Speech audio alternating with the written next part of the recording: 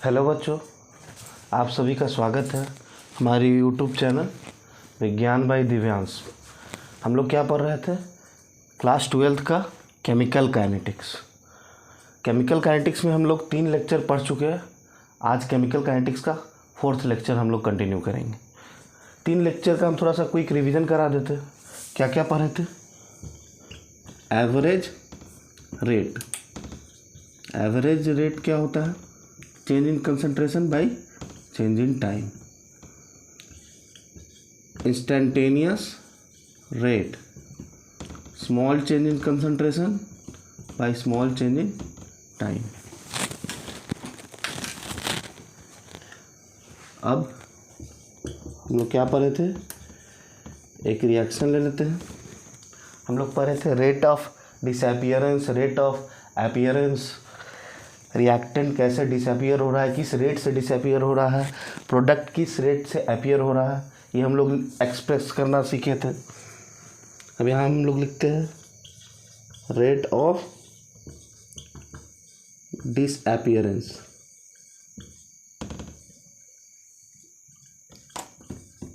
Minus dA/dt with respect to A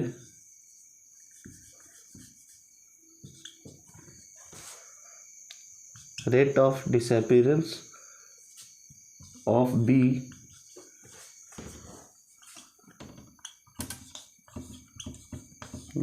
minus dB/dt। याद रखेंगे हम लोग, जब हम लोग रेट ऑफ डिसअपियरेंस या अपीयरेंस लिखते हैं तो हम लोग कोफिशिएंट से डिवाइड नहीं करते, ठीक है।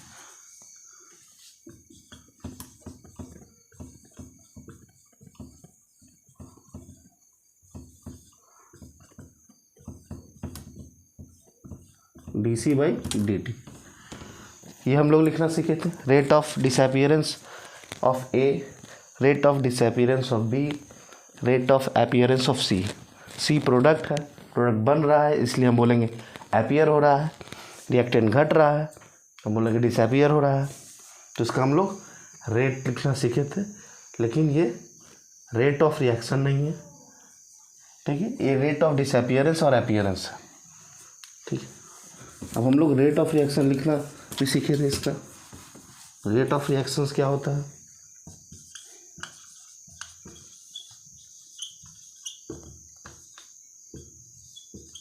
माइनस dA/dt 1/2 माइनस dB/dt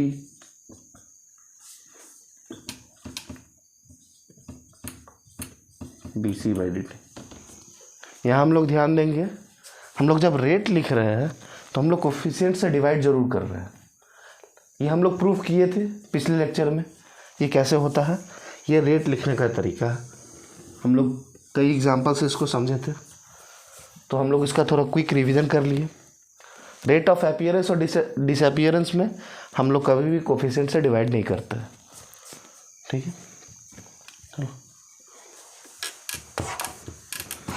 आज हम लोग रेट ऑफ रिएक्शन सीखेंगे गैस के टर्म में, होमोजीनियस गैस के।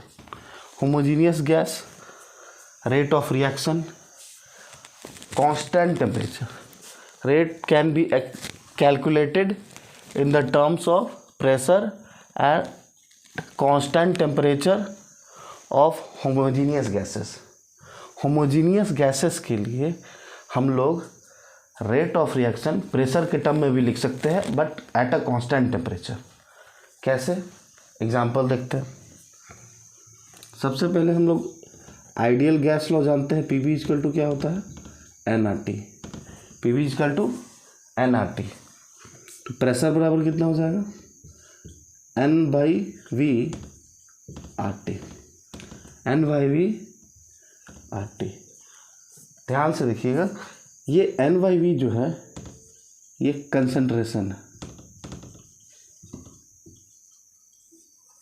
कंसंट्रेशन का क्या होता है? Moles by volume. Concentration moles by volume, ठीक है। ये हमारा मोल्स है, बाई वॉल्यूम हो गया।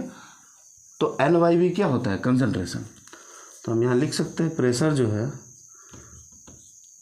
वो कंसंट्रेशन इनटू RT। तो हम लोग कंसंट्रेशन अगर लिखना चाहे तो कंसंट्रेशन हो जाएगा P/RT। ठीक है, ये हमारा कंसंट्रेशन का फॉर्मूला।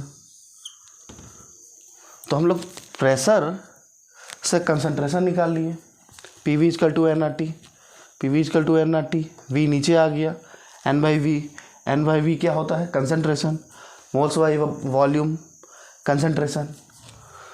PV = nRT, P यहाँ पर हो गया CRT।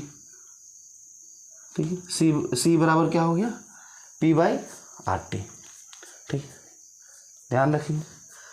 अब एक एग्जांपल लेंगे, इसको हम लोग मिटाते हैं, तब तक हम लोग इसको यहाँ साइड में लिख लेते हैं।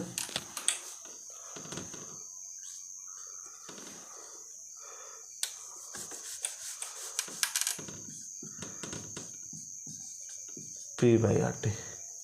ठीक है, एक एग्जांपल लेते हैं। एक रिएक्शन है N1A N2B N3C N4D। इसका हम लोग रेट ऑफ रिएक्शन कैसे लिखते हैं?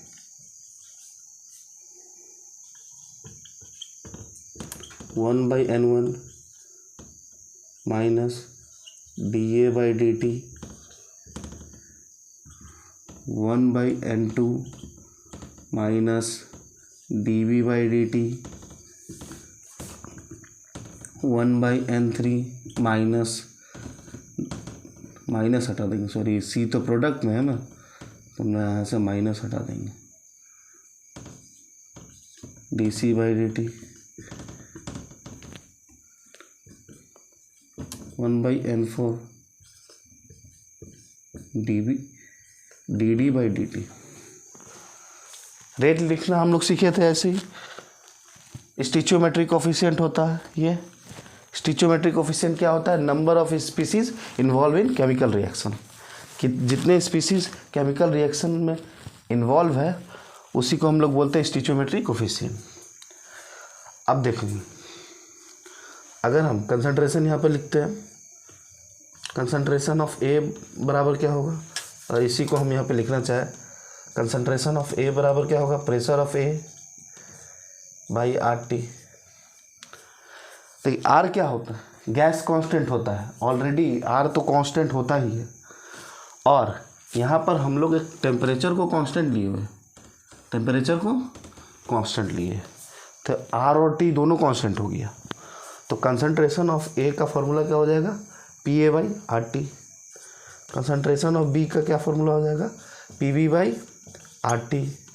कंसंट्रेशन ऑफ C का क्या फॉर्मूला हो जाएगा? PC/RT। कंसंट्रेशन ऑफ D का क्या फॉर्मूला हो जाएगा? PD/RT। ठीक है, ये सारा कंसंट्रेशन उठा के यहाँ पर डाल देंगे। ठीक है, इसको फिर से लिखेंगे 1/N1 dA, concentration of A। तो कंसंट्रेशन ऑफ A के जगह पर हम PA/RT, कंसंट्रेशन ऑफ A के जगह पे PA/RT, PA/RT।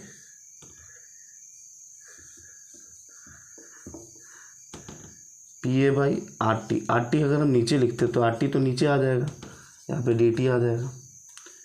यहाँ पे भी कंसंट्रेशन ऑफ B के जगह पर,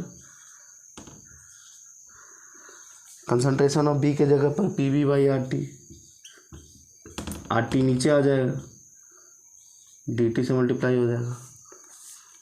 कंसंट्रेशन ऑफ C के जगह पर PC/RT,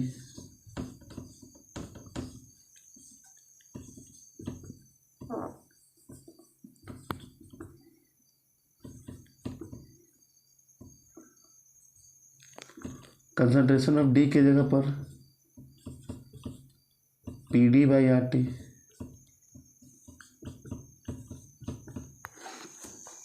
ठीक है, ये सारा वैल्यू हम लोग उठाकर बारी बारी से A के कंसंट्रेशन, B के कंसंट्रेशन, C के कंसंट्रेशन पे और D के कंसंट्रेशन में इसको पुट कर दिए। अब यहाँ से एक चीज़ ध्यान देखिए, RT सब में कॉमन आ रहा है, इसको हम लोग कट कर सकते हैं। तो रेट ऑफ रिएक्शन क्या आ गया, -1/n1 pressure of A by D T, 1/n2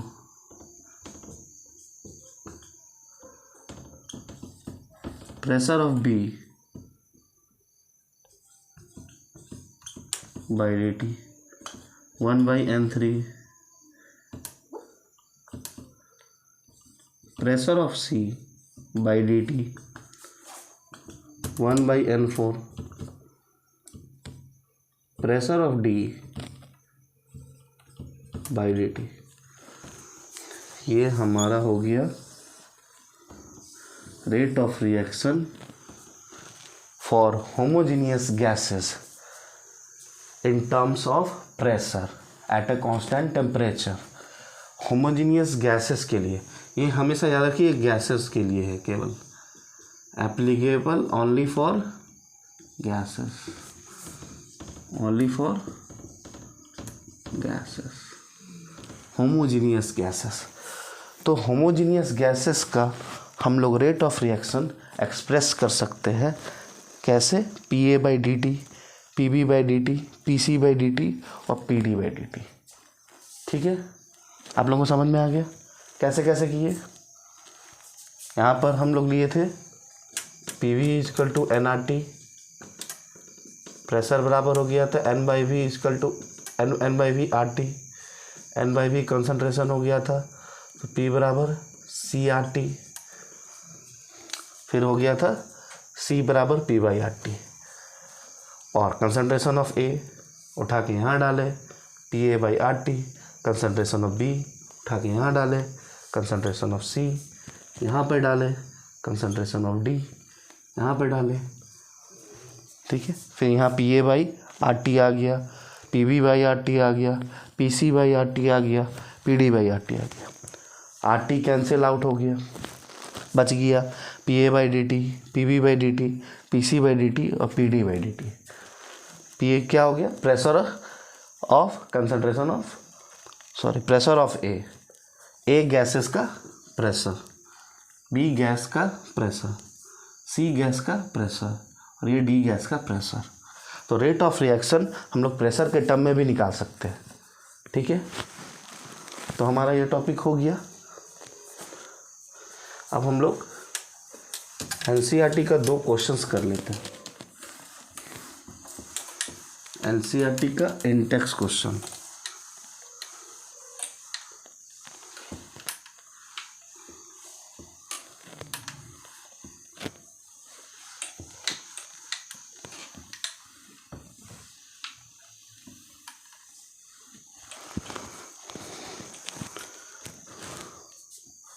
Intex question हम कर लेते हैं। Question 4.1,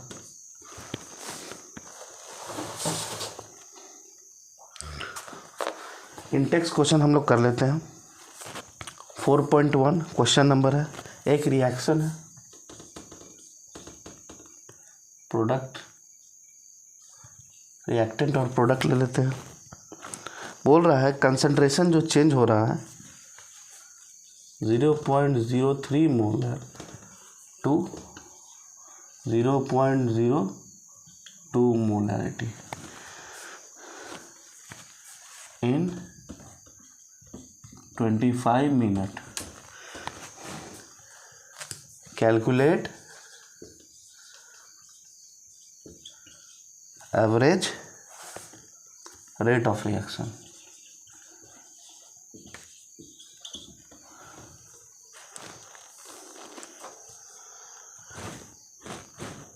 using units of time both in minute and second।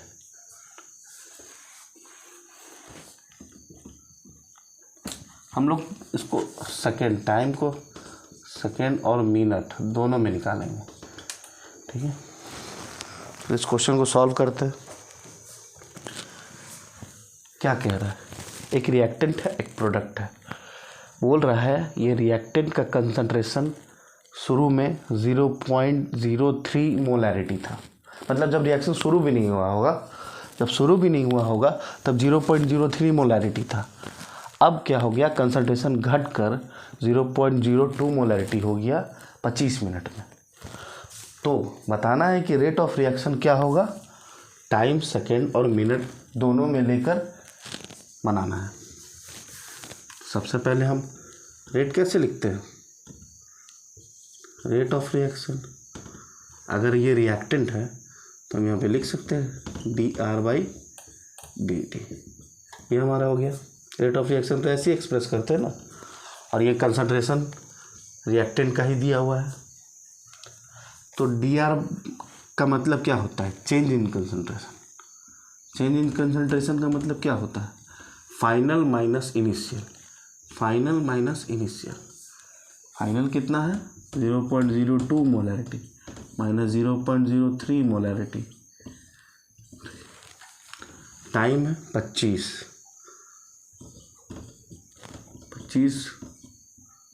60 second कर देते हैं, पहले सेकंड में निकाल लेते हैं। यहाँ पर माइनस आ गया 0.01 मोलैरिटी, 25 है। अब देखिए अंदर में माइनस आएगा एक, ये दोनों माइनस कैंसिल आउट हो गया, यहाँ पर आ गया 25, 25 6 150,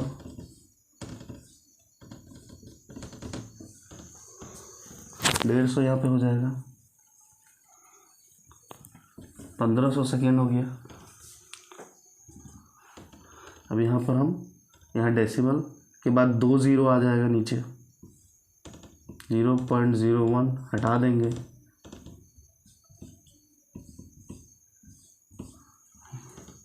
पंद्रह से 1 को डिवाइड करेंगे, मतलब 10 को डिवाइड 1 को डिवाइड करेंगे 15 से, करके देख लेते हैं। डेसिमल देना पड़ेगा, एक ज़ीरो बैठाना पड़ेगा, तो 00 आएगा, 15 छक्का 90, फिर 10 आएगा, फिर यहाँ 6 आएगा, ऐसे 6 आते जाएगा और 0.066 रिपीट होता जाएगा। तो इसको हम काटते हैं 15 टाइम्स में, और यहाँ 4 जीरो रहने देते हैं, और ये कटेगा 0.066, ठीक है। अब डेसिमल के बाद इसको भी अगर हम हटा देते हैं, ठीक है, इस डेसिमल को इधर ले जाते हैं यहाँ पर, ठीक है, डेसिमल को इधर घसका लिए, तो 6.6 हो गया, ठीक है। और ऊपर अगर 2 इधर घटाए तो 10⁻⁻² हो गया, और नीचे क्या था 10⁴ प्लस में। अब 10⁴ को हम ऊपर ले गए तो हमारा आ गया 6.6 इंटू 10⁻⁻6, ठीक है, मोल लीटर इनवर्स। यूनिट किस में दिया हुआ है,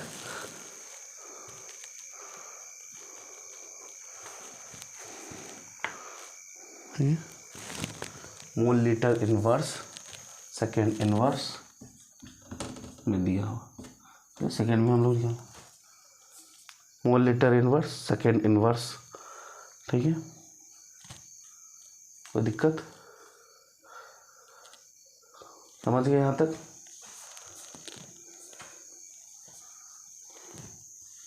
आगे बढ़े, अब इसी को हम लोग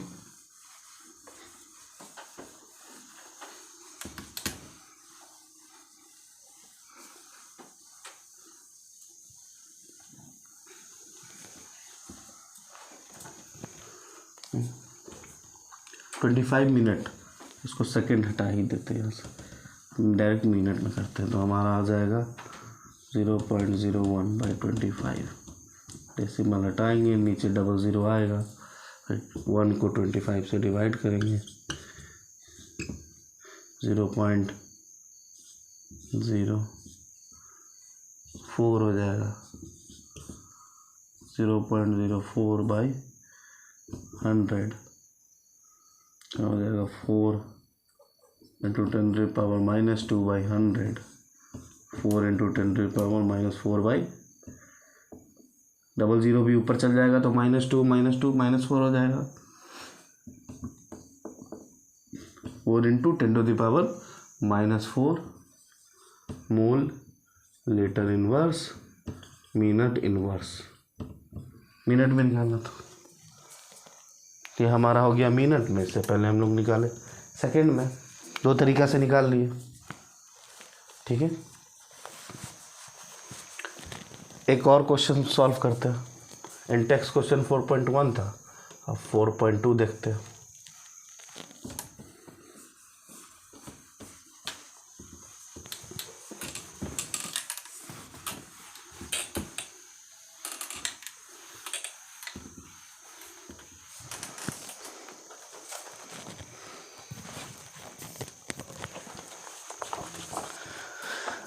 हमारा एनसीईआरटी का 4.2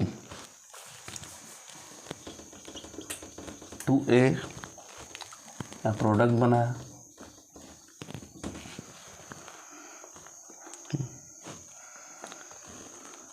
बोल रहा है ए का कंसंट्रेशन जो है वो डिक्रीज हो गया। कितना? कंसंट्रेशन ऑफ ए डिक्रीज है 0.05 मोल, 0.05 mole litre inverse second inverse, sorry mole litre inverse, ठीक है। 0.04 मोल लीटर इनवर्स, ठीक है। Time 10 minute. रेट निकालना है, क्या निकालना है? रेट निकालना है। फिर से वही बात, रेट लिखने का formula rate of reaction, coefficient 2 है, स्टिचोमेट्रिक कोफिशिएंट, तो उससे डिवाइड कर देंगे। रिएक्टेंट है तो माइनस लग जाएगा। Concentration of A by concentration with respect to the T, dt time में change in concentration of A. तो फाइनल माइनस इनिशियल होता है, -1/2। फाइनल कंसंट्रेशन कितना है? 0.04 mole litre inverse minus 0.05 mole litre inverse. Time कितना दिया हुआ है? 10 मिनट। सेकेंड में कन्वर्ट करना चाहे तो 60 से मल्टीप्लाई कर देंगे। यहाँ पर आ जाएगा 1/2, यहाँ पर आ जाएगा 0.01, 0.01, 600 हो जाएगा, 600 हो जाएगा। अब इसको हम क्या करेंगे? डिवाइड कर देंगे। डेसिमल हटाएंगे, यहाँ माइनस रहेगा, कैंसिल आउट हो जाएगा, डबल ज़ीरो और नीचे आ जाएगा। अब 1 को 2 से डिवाइड करेंगे इंटू 6 2 12 कर लेते हैं। 12, 1 को 12 से डिवाइड करके देख लीजिए।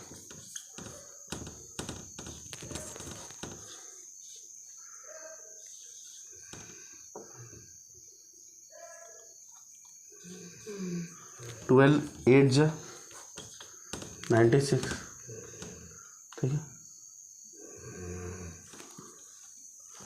12 8 जा 96, ठीक है।